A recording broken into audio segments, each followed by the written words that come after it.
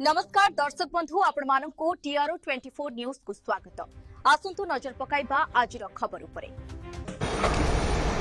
भद्रक जिला वासुदेवपुर ब्लॉक अंतर्गत लक्ष्मीदासपुर ग्राम पंचायत संडगड़ा ओम श्री श्री हनुमान 13तम वार्षिक उत्सव भक्तिमय परिवेश रे 2 दिन धरी अनुष्ठित हेबो। आज हेउछि प्रथम दिन। एही अवसर में विशाल कलश शोभायात्रा अंचल को उत्सवमय कर दैछि। उत्सव अवसर में शताधिक महिला भक्त माने कलश बही विशाल शोभायात्रा सामिल होते। यह कलश यात्रा गांव परिक्रमा कर पवित्र जलाशय कलश बुड़ाई पुनर्बार हनुमान मंदिर को फेरी। यह सहित हनुमान चालीसा पाठ यज्ञ और विभिन्न धार्मिक कार्यक्रम श्रद्धा और भक्तिर सहित अनुष्ठित होता।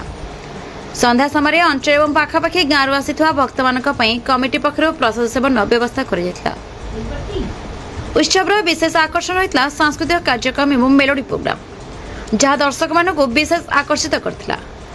ए उत्सव को सफल करबारे संडगड़ा बजरंगी डेवलपमेंट क्लब सभापति निशाकर मल्लिक संपादक रतिका नायक सहित क्लब समस्त सदस्य और ग्रामवासी माने सक्रिय भूमिका नेथिले।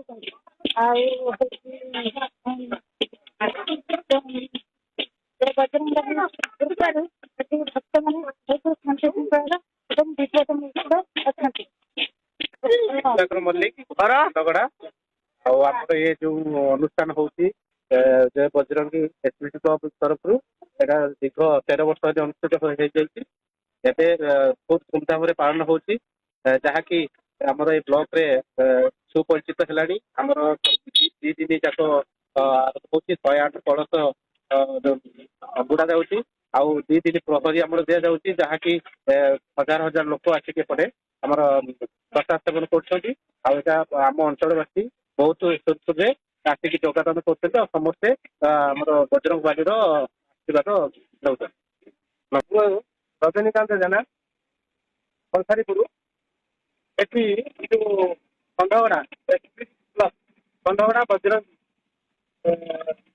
डेवलपमेंट क्लब तरफ जो 13 वर्ष हो गला बजरंगी महाप्रभुंर उत्सव पालन कर वार्षिक उत्सव एटी बहुत धूमधाम संडगड़ा समस्त युव पीढ़ी तथा समस्त माँ मानकर सहयोग एटी रही खूब धूमधाम पालन कर 2 दिन धरी आमर भक्त मान प्रसाद seven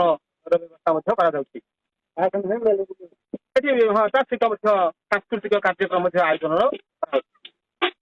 Bhadrak to Sheikh Saeed Qadri report the Republic Odisha 24 news.